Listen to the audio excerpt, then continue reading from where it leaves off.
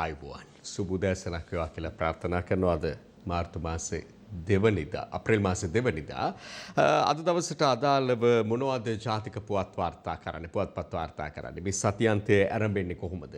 ගැටුම් පිළිබඳව වූ වාර්තා වලින් තමයි සතියන්තය ආරම්භ වෙන්නේ. විශේෂයෙන් මිරිහාන ප්‍රදේශයේ සිදු වූ කලබලකාරී තත්ත්වය පිළිබඳව. ඊට පෙර සඳහන් කරන්නට ඕනේ ඒ එක්කම රටේ යම් යම් ප්‍රදේශවල ඇති වුණු සුම් තත්ත්වයන් එක්ක බස්නාහිර පළාත තුල විශේෂයෙන් මේ තත්ත්වය නිරීක්ෂණය වූ නිසා අද අලුයම 6 දක්වා අද උදෑසන 6 දක්වා පොලිස් ඇඳරි නීතිය පැනවීමට සිදු වුණා. ලංකාදීප පුවත් වාර්තාවකේ බව සඳහන් වෙනවා. මධ්‍යම රාත්‍රී 12 සිට අද අලුයම 6 තෙක් බස්නාහිරට ඇඳරි නීතිය කියලා. එම පුවත් වාර්තාවක ලංකාදීප පුවත්පතේ වාර්තාවක අපට ලෙස මුණ ගැසෙනවා. ඇඳරි නීති තත්ත්වයක් ප්‍රකාශයට පත් වුණත් පොලිස් ඇඳරි නීති තත්ත්වයක් තමයි ක්‍රියාවට නැගවෙන්නේ. බොහෝ දෙනා තම තමන්ගේ දෛනික කටයුතු වල යෙදෙන ආකාරයක් ඒ අතරතුර අපට දකින්නට ලැබෙනවා. 6 වන විටත් දකින්නට ලැබුණා. ඒ අතර ඊයේ මධ්‍යම රාත්‍රියේ සිට ක්‍රියාත්මක වන පරිදි කියන්නේ අද සිට ක්‍රියාත්මක වන පරිදි මේ වන විට ඇති වී තිබෙන මහජන හදිසි තත්ත්වය පිළිබඳ ප්‍රකාශයට පත් කරමින් ජනාධිපති ගෝඨාභය රාජපක්ෂ මහතා විසින් තමන්ට පැවරී ඇති බලතල ප්‍රකාරව විශේෂ ගැසට් නිවේදනයක් නිකුත් කර ඇති බවත් සඳහන් කරන්නට ඕනේ. ඒ ගැසට් නිවේදනය අනුව තමයි ඉදිරියේදී මෙවැනි තත්ත්වයන් පිළිබඳව කටයුතු කිරීම ඒ අනුව සිදුවන්නේ. ඊයේ මධ්‍යම රාත්‍රියේ සිට තමයි එම අතිවිශේෂ ගැසට් නිවේදනය ජනාධිපතිවරයාගේ අත්සනින් යුතුව නිකුත් කොට ඇති බව සඳහන් වෙන්නේ. ඉන් අනතුරු අපි මේ පසුගියදා නුගේගොඩ මිරිහාන ප්‍රදේශයේ ඇති වූ කලබලකාරී එම නැත්නම් උණුසුම් තත්ත්වය පිළිබඳ වාර්තාවන් වෙත අවධානය යොමු කරන්නට ඕනේ. සෑම පුවත්පතක්ම ඒ පිළිබඳව අවධානය යොමු කරනවා. දිවයින පුවත්පත අද මේ සිද්ධිය පිළිබඳව වාර්තා කරද්දී මිරිහානේ විරෝධයට 53ක් අල්ලති කියලායි සඳහන් කරන්නේ. නීතිඥවරු 200ක් ඇල්ලූ අය වෙනුවෙන් නොමිලේ පෙනී සිටිති. පොලිසිය 24ක්, STF 18ක්, මාධ්‍යවේදීහු 6ක්, සිවිල් වැසියෝ 52ක් තුවාල ලැබූ බවත් සඳහන් වෙනවා. මේ මිනිසුන්ට වෙච්ච හානි වගේම පොදු දේපළවලට, පෞද්ගලික දේපළවලට විවිධ හානි මේ සිදුවීමත් එක්ක සිදු වූ බවත් වාර්තා වෙනවා. ඒ අනුව දිනමින පුවත්පත අද අනාවරණ කරනවා මිරිහාන කලබගෑනියේ විනාශය ලක්ෂ 390ක් බව. 53 දෙනෙක් අත්අඩංගුවට, සිද්ධිය ගැන සොයන පොලිස් කණ්ඩායම් 3ක්, මාධ්‍යවේදීන් අත්අඩංගුවට ගැනීම ගැන විමර්ශන ජ්‍යෙෂ්ඨ පොලිස් මාධ්‍ය ප්‍රකාශකවරයා පුටා දක්වමින්. ඒ අතරේ ඊයේ උදේම ජනාධිපති මාධ්‍යාංශය විසින් මාධ්‍ය නිවේදනයක් නිකුත් කරනු ලැබුවා. අන්තවාදීන්ගේ වැඩක් බවට අනාවරණ වේ කියලා. මේ අන්තවාදීන් කියන යෙදුම එහි සඳහන් වීමත් එක්ක එහෙම නැත්නම් අන්තවාදීන් කියන නම භාවිත කිරීමත් එක්ක බොහෝ දෙනාගේ අවධානය යොමු උනේ විශේෂයෙන් අපට වඩාත් හුරු පුරුදු පහුගිය කාලය තුල ක්‍රියාවට නැංවුණු ආගමික අන්තවාදය, ත්‍රස්තවාදය සම්බන්ධ පුද්ගලයන් පිළිබඳව. කෙසේ වෙතත් පසුව තිබ යම් මාධ්‍ය හමුවකදී පිළිබඳව අර්ථකථනය කිරීමක් මැති අමාත්‍යවරු විසින් සිදු කරනවා. අන්තවාදය කියන එක විවිධ මුහුණුවර ගන්නට පුළුවන්. දේශපාලන අන්තවාදීන් මේ ක්‍රියාව පිටුපස්සේ ඉන්නවා කියලා ඔවුන් පැහැදිලි කිරීමක් කරනවා. කෙසේ වෙතත් දිවයින පුවත්පතේ අපට අද දකින්නට පුළුවන්කම තිබෙනවා මාධ්‍යවේදීන් 6 දෙනෙකුටත් පොලිසිය ප්‍රහාර වලින් තුවාල සිදු බව. මාධ්‍ය හැඳුනුම්පත පෙන්වූ විට තව තවත් ගහලා කියලාත් වාර්තා කරනවා. ඔබ වෙනුවෙන් මේ සෑම සියලු දෙයක්ම නිවැරදිව ක්ෂණිකව වාර්තා කිරීම සඳහා තමයි මාධ්‍යවේදීන් විසින් සහ මාධ්‍ය ආයතන විසින් කටයුතු කරනු ලබන්නේ. එවිට ඔවුන්ට බලය හැකියාව තිබෙනවා Tamanගේ රාජකාරී හැඳුනුම්පතක් පෙන්වලා එම ස්ථානය සිද්ධිය වාර්තා කිරීම සඳහා. කෙසේ වෙතත් ඒටත් බාධා කරමින් ඔවුන්ට මාධ්‍යවේදීන් බව දැනුවත්වම පහර දුන්නු සිදුවීම් පිළිබඳව තමයි මෙලෙස වාර්තා වන්නේ. පොලිසිය පැත්තෙන් ආරක්ෂක අංශ පැත්තෙන් ඔවුන්ට කිවීමේ හැකියාව තිබෙනවා. මෙවැනි මහජන කැළඹීමක් ඇති වුණු අවස්ථාවක ඒ මාධ්‍යවේදීන්ද කවුද කියන එක හොයලා බලන්නට පුළුවන් කමක් නැහැ. දෙපිරිසම කලහකාරී ලෙස හැසිරෙන්නට පුළුවන් තත්ත්වයේ සාමකාමී ලෙස පාලනය කිරීම සඳහා පොලිසියට ජනතාව මර්ධනය කිරීම සඳහා එම නැත්නම් පාලනය කිරීම සඳහා අවම බලය පාවිච්චි කරන්නට පුළුවන් බව. නමුත් මාධ්‍යවේදීන් බව පැහැදිලිව දැනත් ඒ ලෙස ක්‍රියා කිරීම මේ ගැන ඊයේ විමසනවා අජිත් රෝහණ මහතාගෙන් අපිට ඉදිරියේදී බලන්න පුළුවන් අවස්ථාවන්. ඕක කියන්නේ මාධ්‍යවේදී නෙමෙයි සාමාන්‍ය ඕනෙම පුරවැසියෙක් රටේ ඕනෙම කෙනෙක්ව පොලිසිය ඇතුළට ගෙනහිල්ලා පාරවල් ගානේ අරගෙන ගිහිල්ලා වෙනම පහර දීම කිසිසේත්ම අනුමත කළ නොහැකි තත්ත්වයක් එලෙස කටයුතු කර තිබෙනවා නම් එයයි පිළිබඳව නීති ක්‍රියාමාර්ග ගන්නවා කියලා. මොකද චෝදනාවක් තියෙනවා මිරිහාන පොලිසියට අරගෙන ගිහිල්ලා පහර දුන්නා කියලා. ලංකාදීප වාර්තාවේ තියෙනවා මිරිහානේ හානියේ 21කට ඇප 6ක් රිමාන්ඩ් 26ක් රෝහලේ සැකකරුවන් වෙනුවෙන් නීතිඥවරු 400ක් කියලා තමයි ලංකාදීප පුවත්පත වාර්තා කරන්නේ. බස් ත්‍රිරෝධ රථ ගින්නෙන් විනාශ වී ගිනිගෙන විනාශ වූ බස් රථවල ත්‍රිරෝධ රථවල ගිනි ගනිමින් තිබූ ආකාරය විශේෂයෙන් මේ ගිනි ගන්නේ පොලිසියට හමුදාවට සම්බන්ධ එහෙම නැත්නම් ඒවැ භාවිතය සඳහා තිබුණු වාහන එතකොට රටේ දේපල මහජන දේපල මහජනතාවගේ පීඩනය ඉවසාගත නොහැකි තැන පාලකයන් හමුවට ගිහිල්ලා ඒ පීඩනය පිට කරන තැන අපේම දේපල විනාශ කර ගිනි තබා ගැනීම කතරම් දුරට හරිද කියන එකත් වෙනම ප්‍රශ්න කෙරෙන කාරණාවක්. නමුත් උණුසුම් තත්ත්වයක් නිර්මාණය වීම ඇතුළත කිසිවක් සොයා නොබලා කටයුතු කරිච්ච බවක් තමයි පෙනෙන්නට තිබෙන්නේ. ඒ අතරතුර අපිට දිනමින පුවත්පතේත් දකින්නට ලැබුණා මේ අය වෙනුවෙන් නීති සහාය ලබා දීම සඳහා යම් පුවත්පතක පළ වෙලා තිබුණා. නීති සහාය ලබා දීම සඳහා සමගි ජන බලවේගය විසින් නීතිඥ සහාය ලබා දීමට සූදානමින් සිටින බව, ඒ වගේම මේ සිද්ධියෙන් පස්සේ අත්අඩංගුවට පත්වෙච්ච පුද්ගලයන්ගේ සුවදුක් බලන්නට විපක්ෂයේ විවිධ කණ්ඩායම් නියෝජනය කරන දේශපාලනඥයන් පැමිණ සිටි ආකාරයත් අපට දකින්නට ලැබුණා. දැන් අද මේ පුවත් වාර්තා තුල තියෙනවා දිනමිනේ එහෙම උද්ඝෝෂණයට විපක්ෂයේ සම්බන්ධයක් තියෙනවා. ඇමති ප්‍රසන්න මිරිහානේ කලහකාරී සිද්ධිය අන්තවාදී ක්‍රියාවක් ඇමති කෙහෙලිය.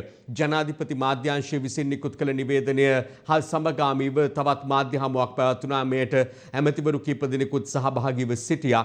අප මුලින්ම බලමු සිද්ධිය පිළිබඳව ඔවුන් මොනවද දැක්වූ අදහස් කියලා සහ ඔවුන්ගෙන් මොනවද මාධ්‍ය විසින් විමසනු ලැබුවේ. මේක සාමාන්‍ය උද්ඝෝෂකව කරපු නාපු එකට අන්තවාදීන් මැදිහත් වෙලා මේක කරා කියන එක තමයි අපි ඔබතුමාලාට ඒක කියන්නේ. අන්තවාදීන් කියන්නේ මේ ජනතාව විමුක්ති පෙරමුණ වේවා, සමගි බලවේගය වේවා, අනිකුත් දේශපාලන පක්ෂ වේවා, උන්ගේ මෙහෙයුම් ඒගොල්ලන් තමයි වයලන්ට් කරන තත්ත්වයට මේකපත් කරේ. ඒකට ඔබතුමා කියන්නේ විද්‍යුවම දැන් ගියේ සිදුවීමට ජනතාව අනිවාර්යයි. අපිට මතකයි අම්මතොරදී මේ වගේම මම හිතන්නේ ශ්‍රී ලංකා පොත් ජන පෙරමුණේ උද්ඝෝෂණයක් තිබ්බා අම්මතොර වර ලබා දෙන්න. එතකොට මේ වගේම පෞද්ගලික දේපල හානි සිද්ධ කරා. ඒ වෙලාවට අන්තවාදීන් කටයුතු කළා. ඉතින් ඒ වෙලාවේදී අපි සාමකාමී උද්ඝෝෂණයක් කරනකොට යම් කණ්ඩායමක් ඒ තුලින් ඉඳගෙන කටයුතු කරා. ඒ නිසා තමයි අපේ කණ්ඩායම් නේද ඒක මම කියන්නේ. ඒ කණ්ඩායම් උද්ඝෝෂණයක් කරන එකයි අපි දේපල හානි කිරීමක්. ඔය දේපල හානි කරා කියලා මොකද්ද ඔයගොල්ලන් අපිට නඩු දැම්මේ ටයර් පිච්චුවයි කියලා. නෑ අම්බත් රීඩට හානියක් සිද්ධ වුණා. මම හිතා මත්තල උතුම්තොටුපළේ හානියක් සිද්ධ වුණා. ඒ වෙලේ දේශපාලන අන්තවාදීන් කියන්නේ හැම පක්ෂයකම ඉන්න පුළුවන්. ඒ කියන්නේ ඒතර මේ වෙලාවේ අත්අඩංගුවට තියෙන කට්ටිය මම කියන්නේ මේ වෙලාවේදී තාණ්ඩුව ඒක කටයුතු කරන්න ඕනේ. මේවට සම්බන්ධව අත්අඩංගුවට ගන්න ඕනි කියන එකයි මම කියන්නේ. මාධ්‍යවේදීන් ඉන්න තුවාල වෙලා නැතු. එතන හිටියානම් කණ්ඩායම කතන්නකට අරන් තියනවා නම් ඒවට සහභාගී වෙලා නැත්නම් ඒ අයම නිදාස් කරන්න ආණ්ඩුව කටයුතු කරනවා. විනාඩි 10ක් 15ක් ඇතුළත විනාඩි 15යිනේ කඳුළු ගෑස් ගැහුවට පස්සේ තිබුණේ. ඔය කොයි තරම් කෑ ගැහුවත් කඳුළු ගෑස් කෑන් 4යි ගහන්න සිද්ධ වුණේ. ඉතින් 4 ගහපුවම කැරල්ල නැහැ. ඔබතුමාලා කියනවා නම් අර ප්‍රසන්න ඔබතුමාට අපි බලන්න. නෑ මම ගණන් කරුවේ නෑ මම ඉන්නවා ඒ කඳුළු ගෑස් ගහනද. හරි කඳුළු ගෑස් යම් ප්‍රමාණයක් ගැහුවා. දැන් ඔබතුමා සිද්ධාමයක් කිව්වනේ. ඔබතුමා කිව්වා අර ගිනිගත්ත බස් එකක් අයින් කරලා ඇතුළට ගියා. එතකොට තමයි ටිය ගෑස් 4යි ගැහුවේ. නෑ ඒක මම දන්නේ 4යිද කියලා. නමුත් ඒක මම නිකන් කිව්වේ. නමුත් එහෙම තමයි කඳුළු ගෑස් මම ගණන් කරන්න කියන ඔබතුමාලා එතන ඉන්න ඇති. මට වැඩිය දන්නවත් ඇති. හරි මම එතන හිටියෙත් නෑ. නමුත් මම කියන්නේ අපි ප්‍රෙස් එක කැඳවලා අපිට කියන්න තියෙන දේ මම මේක මගේ මතේ රාජ්‍ය දේපොළ කියන ජනතාවගේ දේපොළ වලට හානි කරනවා නම් ඔබතුමා ඒක ත්‍රස්තවාදය කියන එක තමයි. ඕ දැන් රජයේ මතය මොකක්ද? අපිට මතය පොඩ්ඩක් කියන්න. අපිට ඔබතුමාගේ පෞද්ගලික මට ඇහෙන්නේ අපිට රජයේ මතය කියන්න. රජයේ මතේ ත්‍රස්තවාදයේ තියෙනවා නම් වැළැක්විය යුතුයි. මේක මේ අපි විශ්ින් තමයි එක ජාතියකට මේ අන්තවාදය කියන වචනය පරිවර්තනය කරගෙන තියෙනවා. මම මේ කියවුවා මේකේ තියෙන්නේ අරාබි වසන්තය. අසාම්පි වසන්තය කියලා කියන්නේ එක සිදුවීමක්. හැමතුම මේ දැන් ඒ කියන්නේ අන්තවාදයක් නෙවෙයි නම් දැන් මෙතන ඔබතුමාලා කියන විදිහට තියෙන එහෙනම් ඔය මේ මාධ්‍ය නිවේදනයේ නිවැරදි කරන්නේ මොකද සමාජයට වැරදි අර්ථකථනයක් මේකෙන් යන්නේ. මේ මාධ්‍ය මේක එහෙම කියලා නෑ කොහොමද? කියන්න අන්තවාදී පිරිසක් අන්තවාදී කියමුද දැන් අපිනේ හිතන්නේ නේ මේක කිය අහවල් ආගමකට සම්බන්ධ මේ ආගමකට සම්බන්ධ ආගමක් නෙමෙයි. අපි අහන්නේ ආගමක් ගැන නෙමෙයි. අහන්නේ ආගමක් ගැන නෙමෙයි. දැන් ඔය අන්තවාදී කියන වචනේත් එක්ක සමාජයට වැරදි අර්ථකථනයක් කරනවා. ඒක වෙන කතාවක්. ඒ කියන්නේ තම තමන්ගේ කැමති විදිහට වෙන අර්ථකථන. ඒක තමයි. දැන් ඕක රජයේ පාර්ශවයෙන් ආපු මේ මාධ්‍ය නෙවෙයි. ඉතින් ඒක රජයේ පාර්ශවය කරන ඕක තමයි රජයේ මතය වෙන්නේ. ඒකට ඕක වැරදි ලෙස තමයි සමාජගත වෙන්නේ. දැන් ඔබතුමාලා ඒක නැහැ කියනවනේ ඇත්තටම රජයේ මතේ මෙතන තියෙන අන්තවාදී නෙමෙයි කියලා ඔබතුමාට කියන්නේ නේද? නෑ එහෙම කියන්න උවමනාවක් නෑ. මම මේ පොඩ්ඩක් ඉන්නකෝ. මේකේ කොහෙද තියෙන්නේ කියන්න මේ උඩින්ම තියෙනවා පොඩ්ඩක් ඉන්නකෝ. මේ උඩින්ම තියෙනවා අන්තවාදී කියලා. ඒක තමයි අපි එදා කිව්වේ කොහොමද? එක්කෝ ආගමක නමක් කියලා අහවල් අන්තවාදී. එහෙම නැත්නම් මේ ආගමේ අන්තවාදී. ආගම ඇදලා ගන්න එපා. ආගම ප්‍රශ්නයක් නෙමෙයි. නෑ අන්තවාදී කියන ආගමික අන්තවාදී විතරක් නෙමෙයි නේද මුතුමා? නෑ. දේශපාලන අන්තවාදීත්වය වෙන්න පුළුවන්. දැන් ඔය පැහැදිලිද? ඉතින් අපි කියනවා දැන් මෙතුමත් කිව්වා මේ දේශපාලන අන්තවාදයක් වෙන්න පුළුවන්. එතකොට දීපල වලට හානි සිදුවීම අන්තවාදයේද?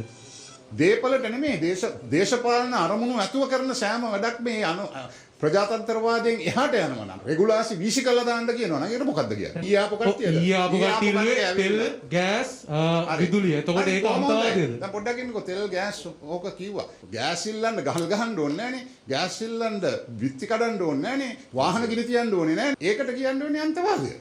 ජනතා විරෝධය. ජනතා විරෝධය ඒ විදිහට ඔබතුමත් කියනවා නම් ඒක ජනතා විරෝධය කියලා කියන රටක ව්‍යවස්ථාවක් නීතියක් ඒ සියල්ල නැත්te නෑ. දැන් ඔබ කියන්නේ ජනතා විරෝධය ප්‍රකාශ කරන විදිහක් තියෙනවා. ප්‍රජාතන්ත්‍රවාදී ශීලාචාර ක්‍රමවේදයක් තියෙනවා ජනතා විරෝධය. ඒ කියන්නේ ඊයේ සිදුවුනේ අන්තවාදී ක්‍රියාවක් දේශපාලන. පැහැදිලිවම දේශපාලන අන්තවාදී ක්‍රියාවක්. එතකොට මොකක්ද කාගේද අරමුණ? කුමන දැන් ඔබතුමාලා නෑ දැන් ඒක අපිට මෙතනින් ඉඳගෙන කියන්න බෑ. දැන් මේ වෙනකොට ඉන්වෙස්ටිගේට් කරගෙන යනවා. ඒ ඉන්වෙස්ටිගේෂන් තාම යනවනම් කොහොමද ඔකට අන්තවාදී කියලා නමක් දෙන්නේ? අනේ කරුණා කරලා කියන්නකො තමන්ගේ ගෙදරට ඇවිල්ලා ගහලා යනකොට ඒකට කියන්න ඕනේ සාධාරණ ඉතාමත්ම පිරිසුදු අහිංසක මිනිස්සු ටිකක් ඇවිල්ලා මගේ ගෙදර ගඩොල් ටික ගලවගෙන ගියා කියන්නද? මේ පිළිබඳව නිකුත් වුණු ජනාධිපති මාධ්‍යංශයේ මාධ්‍ය නිවේදනයේ සඳහන් වුණු වචනයක් එක්ක තමයි මේ පිළිබඳව නැවත උණුසුම් කතා බහක් නිර්මාණය වෙන්නේ. මේ උණුසුම් තත්ත්වය පිළිබඳව අන්තවාදී කියන යෙදීම තුල තමයි කෙසේ හෝ වේවා එය ආණ්ඩුව විසින් මැති ඇමතිවරු විසින් අර්ථකථනය කරනු ලබන්නේ දේශපාලනික අන්තවාදයක් විසින් මේ පිටුපස්සේ ඉඳගෙන මේ කටයුතු බෙහෙව කළ මේ වැඩිදුර කතා බහේ තවදුරටත් ඇතුළත් වෙනවා. එලියට ඇවිල්ලා කියනවා මේ අසංවිධිත විරෝධතාවලට අපි ඉදිරිපත් වෙන්නේ නැහැ. ඒ ගැන වඩා සැලකිලිමත් වෙන්න ඒ අනතුරක සේයාවක් වෙන්නට පුළුවන්. දේශපාලනික මෙහෙයවීමක් මේ තුල නැහැ. ජනතාව තමයි ඉන්නේ කියලා. හැබැයි පිටුපස්සින් එම නැත්නම් ඇතුළතින් බැලුවාම ඒ අය මේ ජනතාව කුපිත කරලා මේ විදිහට කටයුතු කිරීම පිටුපස්සේ ඉන්නවා කියන චෝදනාව මේ ඇතැම් අය නගනවා. ඒ පිළිබඳව දැන් මෙතනදී විශේෂයෙන්ම ජනතා විමුක්ති පෙරමුණේ පක්ෂ වෙත චෝදනා එල්ලවනවා. අපි බලමු ඒවායේ නායකත්වයන් මොනවද කියන්නේ කියලා. මේ පිළිබඳ ඊයේ විශේෂයෙන්ම මාධ්‍ය වෙත රනිල් වික්‍රමසිංහ එක්සත් ජාතික පක්ෂ නායකතුමා සමගි ජන බලවේගයේ සජිත් ප්‍රේමදාස මැතිතුමා ජාතික ජන බලවේගයේ නැත්නම් ජනතා විමුක්ති පෙරමුණේ අනුරු දිසානායක මහතා මේ ආදීන්සේ අදහස් පළ කරන යම් ස්ථාන යම් අවස්ථාවලදී අනුරු කුමාර දිසානායක මොකද කියන්නේ බලමු. ජනාධිපතිවරයාගේ නිවස පිහිටි මිරිහානෙත් නිවස ආසන්නයේ ඔහුට ගෙදර යන්න කියලා බල කරන විශාල උද්ඝෝෂණ ව්‍යාපාරයක් පැවැත්වුණා. මා දැක්ක ආණ්ඩුව අද නිවේදනයක් නිකුත් කළා කියනවා ජනාධිපතිවරයා මේ අන්තවාදී කණ්ඩායමක ක්‍රියාකාරීත්වයක් කියලා. කඩේට ගිහලා හාල් ටිකක් ගන්න බැරි නම්, ගෑස් සිලින්ඩරයක් මිලදී ගන්න බැරි නම්, තමගේ බයිසිකලයට වාහනයට තෙල් ටිකක් ගහ ගන්න බැරි නම්, ගෙදර ආපුවම කරුවල ඉඳ සිද්ධ වෙනවනේ. මෙහෙම තත්වයක් තමයි ජනතාව මේ උද්ඝෝෂණීය ක්‍රියාමාර්ග වලට අවතීර්ණ වෙන්න බල කරලා තිබෙන්නේ. එසේ නැතුව ආණ්ඩුව කියන අන්තවාදී ක්‍රියාමාර්ග නෙවෙයි. මෙවැනි ජනතා ක්‍රියාමාර්ග වලට ආණ්ඩුවේ ප්‍රතිචාරය බවට පත් වෙලා තිබුණේ මොකද පෞගේ කාලේ. ජොන්සන් පනාන්දු කියනවා අයාට හු කියනවොත් බලාගෙන. පෝට්ටුවේ මහලේකම්වරයා කියන මිනිස්සයා කියනවා ගහන්න ආවත් ගහනවා ගැහුවත් ගහනවා. මුදල් අමාත්‍යවරයා කියනවා නේව වැඩිදුර හිතන්න එපා. සමහර ඇමතුරු වෙවිලා කියනවා පොඩි ඩොලර් ප්‍රශ්නයක් නැති වෙන්නේ කියලා. ජනාධිපතිවරයා කියනවා මේ ප්‍රශ්නේ මා විසින් නිර්මාණය කරලා අද්දක් නොවේ කියලා. නාමල් රාජපක්ෂ මාලදිවයිනේ ගිහලා ජලබුන් ගහන්නේ. අගමැතිවරයා ඉතාලිය සංචාරයේදී මෙවැනි අර්බුදයක් වෙලාවක තමයි සසේන්ද්‍ර රාජපක්ෂ ඩොලර් මිලියන 6.9කට වඩා වැඩි කුණු පොහොර නැවකට සල්ලි ගෙවන්න. රටේ ජනාධිපතිවරයා තමන්ගේ කලාපේ ලයිට් කපන්නේ. අසල්වැසි නිවස්වල ලයිට් කැපෙනවා. මොන පුරවැසියද මේ වගේ ජනාධිපතිවරයෙක් බලාපොරොත්තු වෙන්නේ? පුදා ආණ්ඩුවට අවශ්‍ය වී තිබෙන්නේ මෙය යම් ප්‍රචණ්ඩකාරී තත්වයකට වර්ධනය කරගන්න. එතකොට තමයි ගෝඨාභය රාජපක්ෂලාට තමන්ට කෝකටත් තෛලය බවට පත් වී තිබෙන හමුදා යාන්ත්‍රණ යොදවන්න පුළුවන්කම තිබෙන්නේ. ඊයේ සිද්ධියේදී පවා අපි දැක්කා. තාමත් සැලසුම් සහගත ආණ්ඩු විසින්ම ඇතුල් කරලද කණ්ඩායම් විසින් එවැනි හානි කිරීම සිදු කරාද කියන එක පිළිබඳව සාධාරණ සැකයක් දැන් අපි කාර්තුලක් පැන නගිනවා. මර්ධනය දියත් කරලා ඒවා පාලනය කරන්න පුළුවන් කියලා උත්සාහ කරනවා නම් ගෝඨාභය රාජපක්ෂලා අයිති මේ සියවසට නෙවෙයි මීට වඩා පැරණි සියවස් ගණනාවක. නිසා වහාම අත්අඩංගුවට ගත්තව නිදහස් කරන්න. කවුරු හෝ කෙනෙක් ප්‍රචණ්ඩකාරී හැසිරීමක් කරනවා නම් ඔවුන් විශේෂම උත්සුක වන්නේ එය මාධ්‍ය හරහා ප්‍රචාරය වීම වැළැක්වීම. ඒ අනුව තමයි කැමරා උපකරණ වලට හානි කරලා තිබෙන්නේ මාධ්‍ය වේදින් අත්අඩංගුවට අරගෙන. ඒකෙනුත් පෙන්눔 කරන්න යන කවරක්වත් නෙවෙයි මතක තබා ගන්න. මේ ආණ්ඩුව ඉතාමත් සැලසුම් සහගත ලෙස මෙවැනි ප්‍රචණ්ඩකාරී තත්වයක් ඒ තුල නිර්මාණය කරන්න උත්සාහ කරාද ඒ නිර්මාණය කරලද මාධ්‍ය හරහා ප්‍රචාර වීම වැළැක්වීම සඳහා මාධ්‍ය උපකරණ වලට පහර දුන්නාද මාධ්‍ය වේදින් අත්අඩංගුවට ගත්තාද කියන සෑදාන සැකේ. ඔවුන්ට එල්ලවන චෝදනා ඔවුන් පෙරලා ආණ්ඩුව දෙසට විසි කරන ආකාරයක් ඒ අදහස් දැක්වීම තුළ දකින්න ලැබෙන. කොමුණ පොලිසිය පැත්තෙන් නම් කියන්නේ සාමකාමී ලෙස මුලින් ජනතාව එක්ක රාශී වෙලා විරෝධයක් තිබුණ පසුව එය මෙවැනි තත්ත්වයක් වෙත නිර්මාණය වීමත් එක්ක තමයි ආරක්ෂක වලට ක්‍රියාත්මක වීමට සිදු වුණේ කියලා. කෙසේ වෙතත් මේ පිළිබඳව තවදුරටත් අපි අර පෙර සඳහන් කර පරිදි විපක්ෂ නායකතුමා හිටපු විපක්ෂ නායක අගමැති රනිල් වික්‍රමසිංහ මහත්මයා මේ ආදින් අදහස් පළ කළ නිසා සජිත් ප්‍රේමදාස මහත්තයාත් මොකද කියන්නේ කියලා අපි බලමු. හොඳින් කියන්න කැමති මේ ආණ්ඩුවට කරුණා කරලා තර්ජනෙන් ගර්ජනෙන් මර්ධනෙන් ඉවත්වන්න. මේ වන විට මේ ක්‍රියාවන් මුල් කරගෙන මේ රටේ නිදහස් මාධ්‍ය වලට මරු පහරක් එල්ල කරන්නට රජයේ පිඹුරුපත් සකස් කරමින් සිටිනවා. රජයට කිසිම අයිතියක් නැහැ ජනතාවගේ තොරතුරු දැනගැනීමේ අයිතිය අහිමි කරන්න. මේ රටේ මාධ්‍ය වලට නාලිකාවලට සිදුවෙන දේවල් සිදුවෙන සිදුවීම් එසැනින්ම එලෙසම විකාශනය කිරීමේ අවස්ථාව තිබෙනවා. මේ රටේ ප්‍රජාතන්ත්‍රවාදය ශක්තිමත් කරන කුළුණු හතරක් තිබෙනවා. ව්‍යවස්ථාදායකය, විධායකය, අධිකරණය අමතක කරන්නට එපා. නිදහස් මාධ්‍ය තවත් වැදගත් කුළුණක්. මේ නිදහස් මාධ්‍ය මර්ධනය කරන්නට අපි කිසිසේත්ම ඉඩ තබන්නේ නැහැ.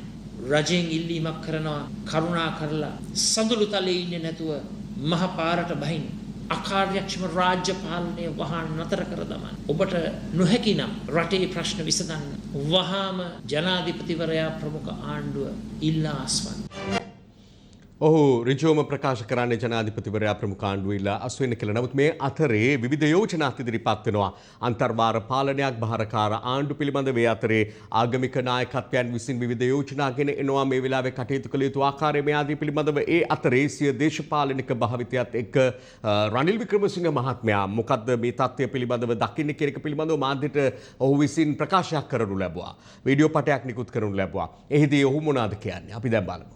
පීඩාවටපත් ජනතාවගේ ගැටලුවට විසඳුම් නොතිබුණු නිසා ඊයේ රාත්‍රියේ මිරිහානේ පැංගිරිවත්තේ පිපිරීමක් ඇති වුණා. එයින් මෙතෙක් පැවති ආර්ථික අර්බුදය දේශපාලන අර්බුදයක් බවට පත් වුණා. මෙම පිපිරීම වර්තමාන දේශපාලන ක්‍රමයේ කඩාවැටීමක් ලෙස හැඳින්විය හැකිය. පීඩාවටපත් ජනතාවගේ ගැටලු විසඳීමට ආණ්ඩුව අසාර්ථක වුණා. එලෙසම විපක්ෂයත් අසාර්ථක වෙලා තිබෙනවා. මේ සිද්ධිය පිළිබඳ ආණ්ඩුව විවිධ කණ්ඩායම් පිළිබඳ චෝදනා කරන අතර ඒ සම්බන්ධයෙන් සාක්ෂි සහ තොරතුරු ඉදිරිපත් කර කවුද යන්න හෙළි කළ යුතුයි. විශේෂයෙන්ම මේ සිද්ධියේදී ජාතිවාදී ප්‍රකාශ කිරීමෙන් වැළකිය යුතුය. මෙය ජාතිවාදී සිද්ධියක් නොවේ. මෙය ත්‍රස්තවාදී සිද්ධියක් නොවේ. එවැනි ප්‍රකාශ කිරීමෙන් මේ තත්ත්වය තවත් උග්‍ර විය හැකිය. ජුබිලි කණුවේ තිබෙන උද්ඝෝෂණ සියල්ලම සාමකාමී උද්ඝෝෂණය. නමුත් පැංගිරිවත්තේදී ඒ ස්වරූපය වෙනස් වුණා. ඒ අවාසනාවන්ත සිද්ධියක්. ප්‍රමාද වුවත් පාර්ලිමේන්තුවට දැන් වගකීමක් තියෙනවා. පීඩාවටපත් වුණ ජනතාවට පිළිගත හැකි විසඳුම් පාර්ලිමේන්තුවෙන් ඉදිරිපත් කළ යුතුයි. එය පක්ෂ ભેදයෙන් තොරව ජාතික එකඟත්වයක් ඇතුව අපි ක්‍රියා කරන්නට තිබෙනවා. එනසුමානේ පාර්ලිමේන්තුව රැස් වුණාම අපි මේ යුතුයකම ඉෂ්ට කළ යුතුයි. අපේ ප්‍රශ්න ප්‍රචණ්ඩත්වයේ නැතුව සාමකාමීව විසඳගම්මු කියලා මම ප්‍රාර්ථනා කරනවා.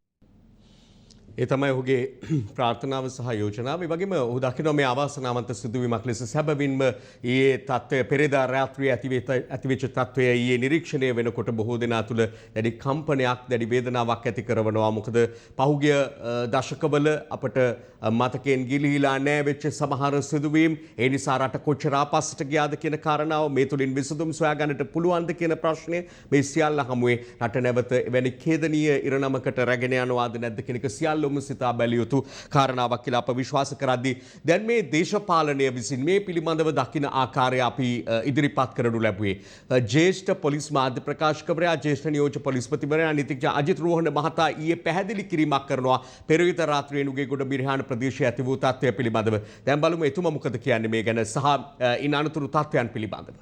සවස 6ට පමණ 200කට ආසන්න පිරිසක් නුගේගොඩ මිරිහාන ජුබිලි කණුව ප්‍රදේශයේදී සාමකාමී උද්ඝෝෂණ ව්‍යාපාරයක් පවත්වනු ලැබුවා. කෙසේ වෙතත් රාත්‍රී 10:30 පමණ වන විට මහා මාර්ගය අවහිර කිරීමට පටන් ගත්තා. දේපළවලට අලාභහානි සිදු කිරීම සිදු වුණා. මේ තත්ත්වය හමුවේ පොලිසිය හැටියට නීතියෙන් පැවරී ඇති බලතල අනුව බලය පාවිච්චි කිරීමට සිදු වුණා. යම් කිසි ප්‍රචණ්ඩකාරී පුද්ගලයන් එම සාමකාමී උද්ඝෝෂණය නීති විරෝධී රැස්වීමක් බවට පරිවර්තනය කර ගැනීමක් සිදු වුණා. එහිදී පොලිස් බස් රථ 3කට අලාභහානි සිදු වුණා.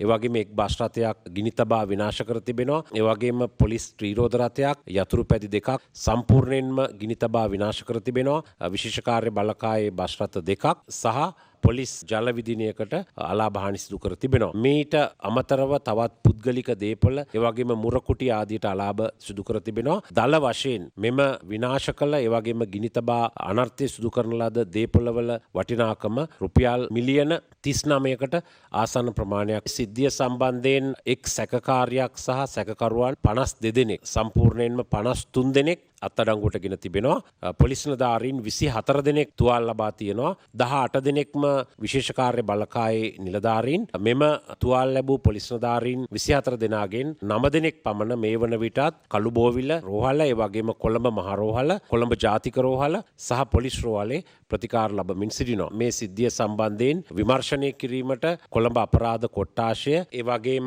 අපරාධ පරීක්ෂණ දෙපාර්තමේන්තුව සහ බස්නාහිර උතුර අපරාධ කොට්ටාශය ඒ අයගේ පූර්ණ විමර්ශනයක් සිදු කරනවා. මේ වන විටත් සමාජ මාධ්‍ය ජාලාවල පළවී තිබෙනවා මෙම අත්අඩංගුවටගත් සැකකරුවන් සම්බන්ධයෙන් ත්‍රස්තවාදයේ වැළැක්වීමේ පනත වැනි විශේෂ නීති යටතේ කටයුතු කිරීමට පොලිසිය සූදානම් වන බව. නමුත් එවැනි කිසිම විශේෂ නීතියක් යටතේ කටයුතු කිරීමට තීරණයක් ගෙන නැහැ.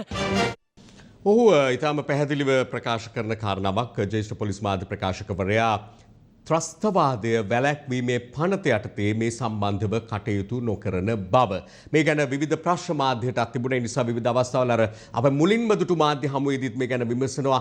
ත්‍රස්තවාදය වැළැක්වීමේ පනත යටතේ ක්‍රියාත්මක වෙනවාද කියන කාරණාව පිළිබඳව අජිත් රෝහණ මහත්මයා බොහොම ඍජුව පැහැදිලිව ප්‍රකාශ කරනවා. ඒ යටතේ කටයුතු කරන්නට බලාපොරොත්තු වෙන්නේ නැහැ. නමුත් මහජන සාමය කඩ කිරීම, දේපළවලට හානි සිදු කිරීම මේ ආදී තත්ත්වයන් මත පිහිටා කටයුතු කරන බව තමයි ඔහු පැහැදිලිව මෙහිදී ප්‍රකාශ කරන්නේ. මේ වගේ අවාසනාවන්ත සිදුවීමක් සිද්ධ වෙලා ඒ උණුසුම මැකී යාමටත් පෙර ආතුව අපට යාපනයෙන් වාර්තා වෙන්නේ තවත් මේ දේශපාලන මැදිහත් වීමක් ඍජුවම තිබුණු අවස්ථාවක් කලබලකාරී තත්ත්වයක් ගැනීම පිළිබඳව. කෙසේ වෙතත් ඒට මැදිහත් වන්නේ හිටපු පාර්ලිමේන්තු මන්ත්‍රීතුමියක වන හිරුනිකා ප්‍රේමචන්ද්‍ර. ඇය සහ අරුන් සිද්ධාර්ථන් කියන සමාජ ක්‍රියාකාරිකයා සිවිල් ක්‍රියාකාරිකයා අතර මේ දෙදෙනාගේ කණ්ඩායම් අතර ගැටුම්කාරී තත්ත්වයක් යාපනය තුළ නිර්මාණය වෙනවා දකින්නට ලැබුණා. ඒ අවස්ථාව පටන් ගන්නේ ජනතාව පීඩා විඳින ප්‍රශ්න හමුවේ ජනතා පෙළ ගැසීමකින් කියන එකත් විශේෂයෙන් සඳහන් කරමින් අද පුවත් වාර්තා තුලත් තියෙනවා හිරුනිකාට උතුරෙන් විරෝධයක්. උතුරට ගිහිල්ලා උතුරේ ජනතාවත් එක්ක විරෝධය පාන්න ගිය හිරුනිකාට අරුන් සිද්ධාර්ථන් ඇතුළු කණ්ඩායම වෙතින් එල්ල වූ ප්‍රතිවිරෝධය පිළිබඳව අද දිවයින වාර්තා කරනවා. යාපනයේ විරෝධතාවයකදී හිරුනිකා සිද්ධාර්ථන් පැටලෙති කියලා. ඒ අවස්ථාවත් අපිට බලන්න පුළුවන්. ඇත්තටම මේ අවස්ථාවේ රටේ කාන්තාවන්ට ඇත්තේ ජීවන බර. පවුලේ කුසගින්න නිවන අරගලය. මව්වරුන්ගේ අරගලය කියන ප්‍රකාශය සහිතව හිටපු පාර්ලිමේන්තු මන්ත්‍රීනි හිරුනිකා ප්‍රේමචන්ද්‍ර මහත්මිය ඇතුළු පිරිසක් යාපනයට ගියා. එහිදී ඇගේ පිරිස සහ සිවිල් ක්‍රියාකාරී අරුන් සිද්ධාර්ථගේ පිරිස අතර බහින් පස්වීම අන්තිමට නතර වුණේ කෙහෙවලු පටලගෙන. රටම දුක් විඳිද්දී මෙහෙම කෙහෙවලු පටලගෙන ඇනකොටා ගන්න හදන්නේ තවත් ජාතිවාදී ගැටුමකට මුල පුරලා සැබෑ ප්‍රශ්න යට ගහන්න දෙන්නද කියන ප්‍රශ්නය දෙපාර්ශ්වයෙන්ම අහන්න වෙනවා. එකම පන්තියේ මිනිසුන් මේ විදිහට ඇනකොටා ගැනීම සමාජයේ සැබෑ ප්‍රශ්න යට ගැසීමකට දරන උත්සාහයක් බව කිව යුතුයි.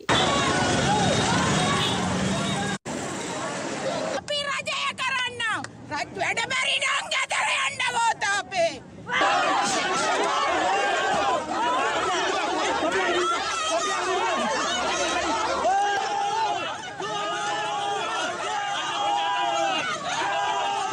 පාර්ලිමේන්තු එකේ වැදගත් කතාවක් කවදාවත් කතා කරලා නැහැ. පාර්ලිමේන්තු එකේ පාර්ලිමේන්තු එකේ කිසිම වැදගත් කතාවක් කතා කරන්නේ නැහැ. අපි මේ සිස්ටම් එකට එරෙහිව මේ ඔක්කොම ගෙදර යන්න ඕනේ.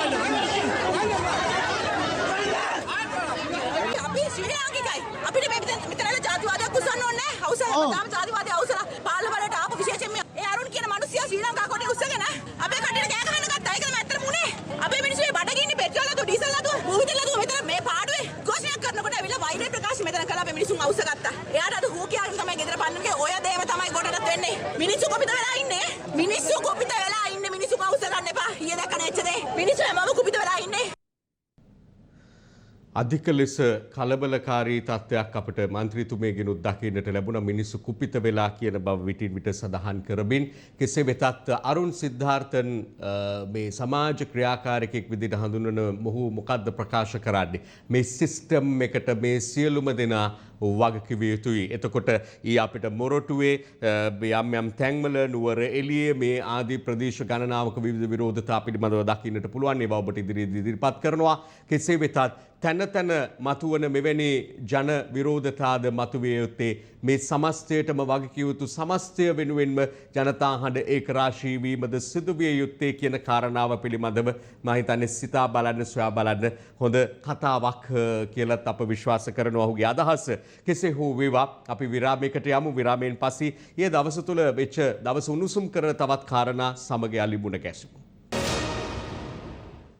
අපි විරාමයෙන් අනතුරු යලි හමු වුණා. දැන් මුලදීම අවධානය යොමු කරන්නට උනේ පෙරේද රාත්‍රියේ තිබ්ච තත්ත්වයේ සයින් පසු ඒ පිළිබඳව තත්ත්වයන් පිළිබඳ වූ ප්‍රවෘත්ති වාර්තාවන් වෙත. කෙසේ වෙතත් ඊයේ දවස තුල වත් අපට දකින්නට ලැබුණේ විවිධ උණුසුම් තත්ත්වයන්. ඒ අතරින් දිවයින ඒ වගේම ලංකාදීප ආදී පුවත්පත්වල වාර්තාකරණයේ යෙදෙනවා නුවරඑළිය කාල්ටන් අවුරුදු උත්සවයේ ජනතා විරෝධය මැද හකුලා ගනී ශිරන්ති හැරි ඒ අවුරුදු උත්සවයේ නැතත් වසන්ත උදානයේ දිගටම කියලා දිවයින වාර්තාවක ගෙනෙනවා. ඊළඟට ලංකාදීප පුවත්පතේ තියෙනවා උද්ඝෝෂකයෝ වසන්ත උදාන උල්ලලත් නවත්තයි පෙරපාසල අවුරුදු උල්ලක්ද නතර කෙරේ කියලායි වාර්තා කරන්නේ. ඒ අතර මේ රාජ්‍ය අමාත්‍ය ශෂීන්ද්‍ර රාජපක්ෂ මහතාගේ ප්‍රධානත්වයෙන් කිරිබ්බන්නාර මහවැලි ක්‍රීඩාංගණයේ පැවැත්වීමට නියමිතව තිබූ සහතික පත්‍ර ප්‍රදානෝත්සවයකට කල්ලු කොඩිය ඔසවලා විරෝධතා දැක්වීමත් එක්ක චාමර සම්පත් දසනායක මන්ත්‍රීවරයා සහභාගී වෙනවා. ඔහුටත් දැඩි විරෝධයක් එල්ල වෙනවා. ඔහුගේ රථයට බිත්තර ප්‍රහාරයක් පවා එල්ල වූ බවක් තමයි සඳහන් වෙන්නේ. මේ වගේ සිද්ධි කිහිපයක් පිළිබඳව අද පුවත්පත් වාර්තා කරනකොට ලංකාදීප දිවයින පුවත්පත්වල අපට මුණ ගැසෙනවා. පීඩිත ජනතාව එක්ක කතෝලික සභාව හිට ගන්නවා. අවංක ප්‍රජාතන්ත්‍රවාදී ජනහිතවාදී අලුත් ආරම්භයක් රටට ඕනෑ කියලා කොළඹ අගරාධගුරු මැල්කම් කාදිනල් රංජිත් හිමිපාණන් ප්‍රකාශ කරනවා. දිවයින තියෙනවා මිනිසුන්ට ජීවත් වීමේ අයිතිය නැති වෙලා කියලා උන්වහන්සේගේ ප්‍රකාශයක්. කෙසේ වෙතත් මේ සිද්ධිදාමය පිළිබඳව සහ පවත්නා තත්ත්වයන් පිළිබඳව මහානායක ස්වාමීන්ද්‍රයන් වහන්සේලාගේ අදහස මොකක්ද කියන එක ජනතාව බලන්නට බලාපොරොත්තු වෙන්න ඉන්නවා. මේ වගේ වෙලාවක විශේෂ ආගමික නායකත්වයේ මැදිහත් වීම ඇවිලෙන ගිනිදැල් නිවන්නට ඉතාමත්ම වැදගත් වෙනවා. මොකද ඒවා තවදුරටත් ඇවිලෙන දල්බන ආකාරයේ බොහෝ දෑ රට තුළ සිදු වෙමින් පවතින නිසා මේ සියල්ල අතරතුර විවිධ යෝජනා ආණ්ඩුවට ඉදිරිපත් වෙමින් තිබෙනවා. අන්තර්වාර පාලනයකට යාම, බාහිරකාර ආණ්ඩුව යාම මේ ආදී කාරණා අද ලංකාදීපේ තියෙනවා. කැබිනට්ටුව වහා විසුරුවා කෙටි අන්තර් පාලනයකින් මහ ඡන්දයකට යා යුතුයි.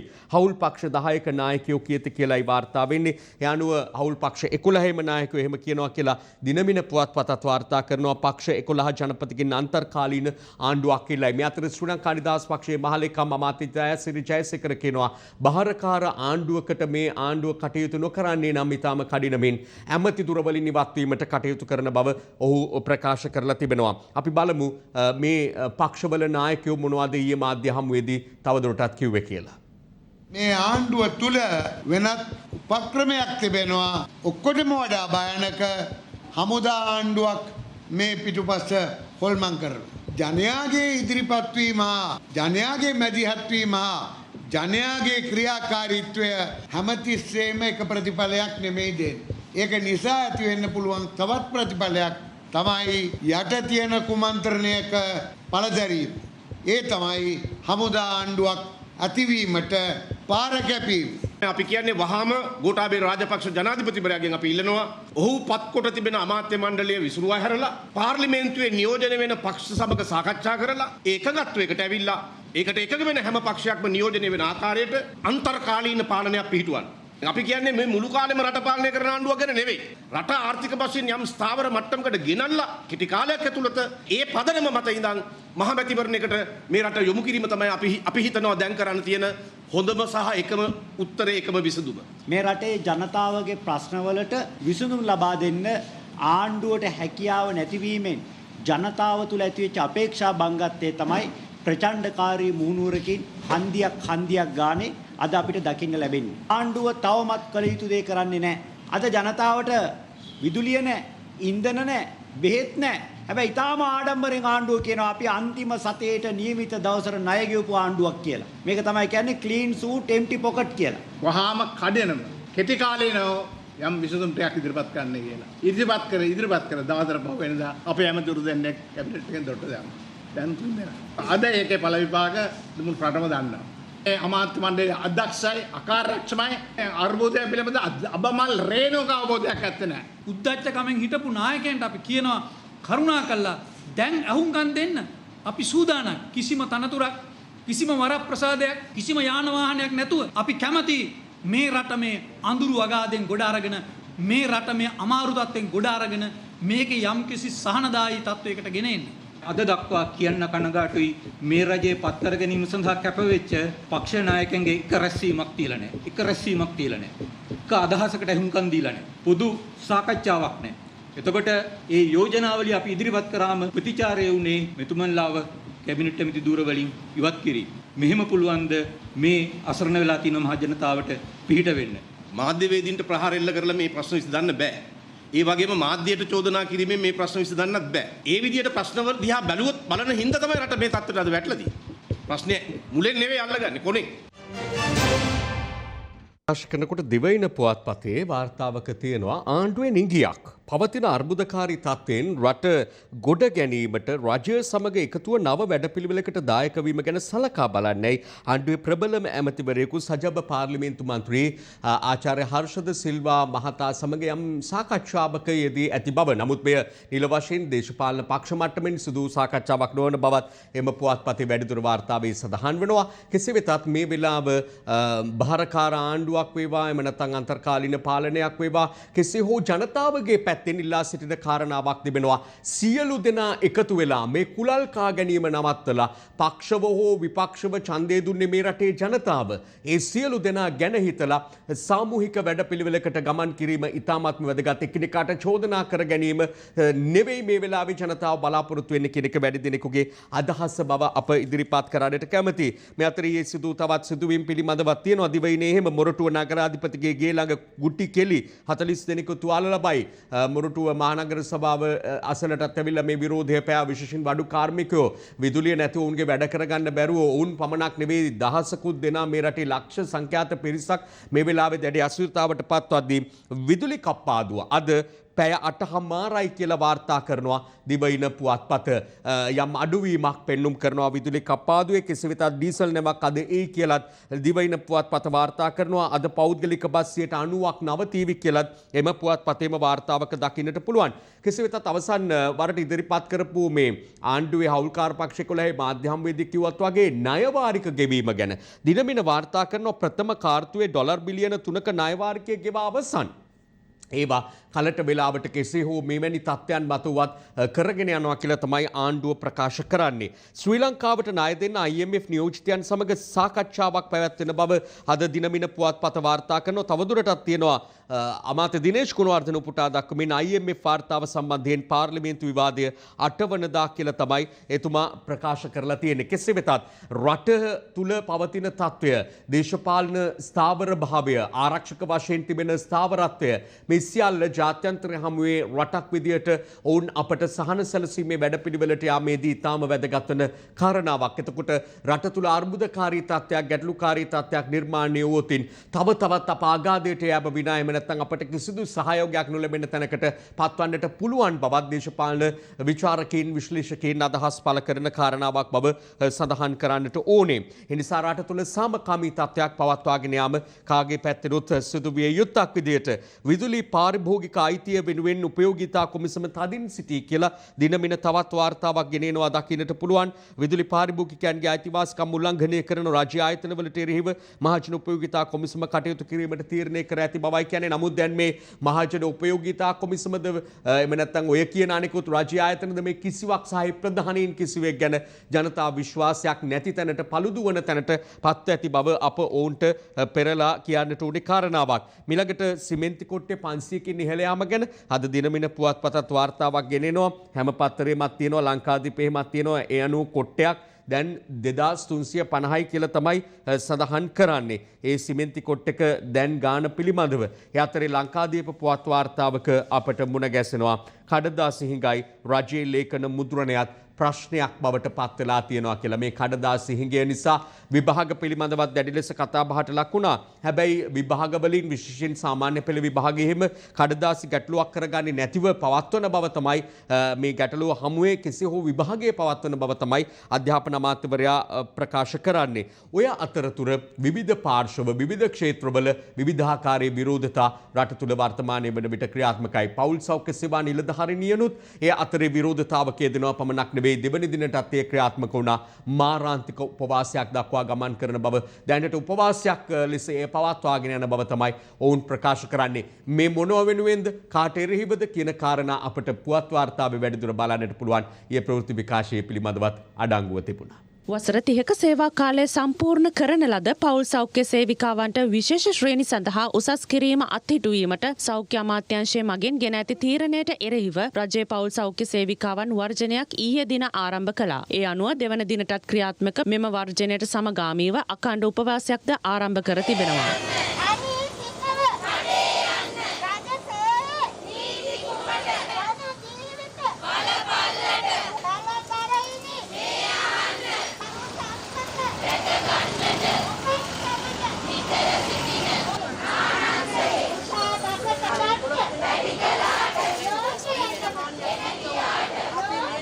මේ සම්බන්ධයෙන් රජයේ පෞල් සෞඛ්‍ය සේවා සංගමේ සභාපති දේවිකා කොඩිතුවක්කු මහත්මිය මෙලෙස අදහස් පළ කළා. අපි මුරුත්තෙට්ටුවේ ආනන්දට ණයත් නැහැ බයත් නැහැ. ඒක නිසා ලේකම්තුමනි ඔබතුමා අහිමි කරන ලද මේ පෞල් සෞඛ්‍ය සේවාවේ විශේෂ ශ්‍රේණියේ උසස් වීම වහා බලාත්මක කරන්න. එසේ නොවුනහොත් අපිට මීට වැඩිය දරදඬු විදිහට කටයුතු කරන්න සිද්ධ වෙනවා. අද මේ ජීවිත 12 මෙතන මිය ගියත් උපවාසය සඳහා වාඩි වෙන්න බොහෝ දෙනෙක් කැමැත්ත ප්‍රකාශ කළා තියෙනවා. ඒ විතරක් නෙමෙයි සෞඛ්‍ය සේවාවේ සිටින සියලු වෘත්තීය සමිති මේ වෘත්තීය අරගලයට කොන්දේසි විරහිතව සහාය දෙන්න ඔවුන් කැමැත්ත ප්‍රකාශ කළා තියෙනවා. තව ප්‍රශ්න දිග්ගස්සන්න එපා. ජීවිත අනතුරු සිද්ධ කරන්න එපා. මේ මිඩ්වයිෆ්ලා මෙතන මිය ගිහිල්ලා මේ රටට සාපයක් ඇති කරන්න එපා. පෞල් සෞඛ්‍ය සේවා නිලධාරීනියනුත් සටනක් ප්‍රකාශයට පත් කරනවා ඒ ආකාරයෙන් ඔවුනුත් වැඩි ක්‍රියාමාර්ග ගන්නවා කියලා චෝදනා එල්ල වුණා. විශේෂයෙන් මුරුත්තෙට්ටුවේ ආනන්ද ස්වාමීන් වහන්සේට පවා පසුගියදා උන්වහන්සේ ඇතුළු මහා සංඝයා වහන්සේලා කිහිප නමක් විශේෂයෙන් මේ ආණ්ඩුව බලයට පත් කරන්න මේ ජනාධිපතිවරයා පත් කරගන්නට සටනේ පෙරමුණේ සිට කටයුතු කළ ආශිර්වාද කළ මහා ස්වාමී විශේෂයෙන් මහා සංඝරුවන ස්වාමීන් වහන්සේලා විසින් ආණ්ඩුවට රතු එලි දැල්වීමක් සිදු කිරීමත් ඒ අවස්ථාවේ කැපී පෙනුණා. එහිදී විශේෂ යෝජනා මාලාවක් සම්මත කර ගැනීමත් ස්වාමින් වහන්සේලා විසින් සිදු කොට තිබෙන බවයි දැනගන්නට ලැබෙන්නේ. ලෝවටාපිටුවේ ලංකාදීපයේ දකින්නට පුළුවන් මා බලයෙන් නිරපන්න ඇමරිකාව කුමන්ත්‍රණය කරනවා. කිසිම හේතුවක් නිසා ඉල්ලා අස්වන්නේ නැහැ. බහුතරය අහිමි ඉම්රාන් ජාතිය අමතමින් කියයි කියලයි සඳහන් වෙන්නේ ලංකාදීප පුවත්පතේ ලෝවටාපිටුවේ. ලෝකයේ තත්ත්වය හොඳින්ම අවබෝධ කරගන්නට අපට පුළුවන්. අපි අවසාන වශයෙන්ුත් ඔබ හමුවේ තබන්නට කැමති මේ ජනාධිපතිවරයා නිකුත් කළ අතිවිශේෂ ගැසට්ටුව පිළිබඳව ශ්‍රී ලංකාවේ මහජන හදිසි අවස්ථා තත්ත්වයක් පැවතීම හේතු කොටගෙන මහජන ආරක්ෂාව සහ රටේ යථා පැවැත්ම සුරක්ෂිත කිරීම හා මහජන ජීවිතයට අත්‍යවශ්‍ය සැපයීම් හා සේවා පවත්වාගෙන යාම සඳහා මෙලෙස ගැසට් නිවේදනයක් නිකුත් කරන බව තමයි Tamanට පැවරී ඇති බලතල ප්‍රකාරව කටයුතු කරන බව තමයි ජනාධිපතිවරයා විසින් පෙන්වා දී තිබෙන්නේ. ඒ අනුව මේ දිනවල සිදුවන දෑ ඒ යටතට යටත් වනු ඇති. අවසන් කරමු ජයරත්න වික්‍රමසිංහගේ Facebook කාටුනෙන් උද්ඝෝෂණයට කඳුළු ගෑස් ගහලලු. අමුතුවෙන් කඳුළු මොකටද බං මිනිස්සු ළඟ තියෙන්නේ ඔය ඕන තරම්. එහෙම කඳුළු හලන්නට වන අනාගතයක් උදා නොවේවා කියන ප්‍රාර්ථනාවෙන් දවස සාමකාමී වේවා කියන තවදුරටත් ප්‍රාර්ථනාවෙන් අපි සමුගන්නේ හෙට උදේ හම්බෙමු. ඔබට දවසක්. දිනපතා අලුත් වීඩියෝ සහ ප්‍රවෘත්ති නැරඹීමට ඉහත බටන් එක ක්ලික් කර සියත TV සබ්ස්ක්‍රයිබ් කරන්න.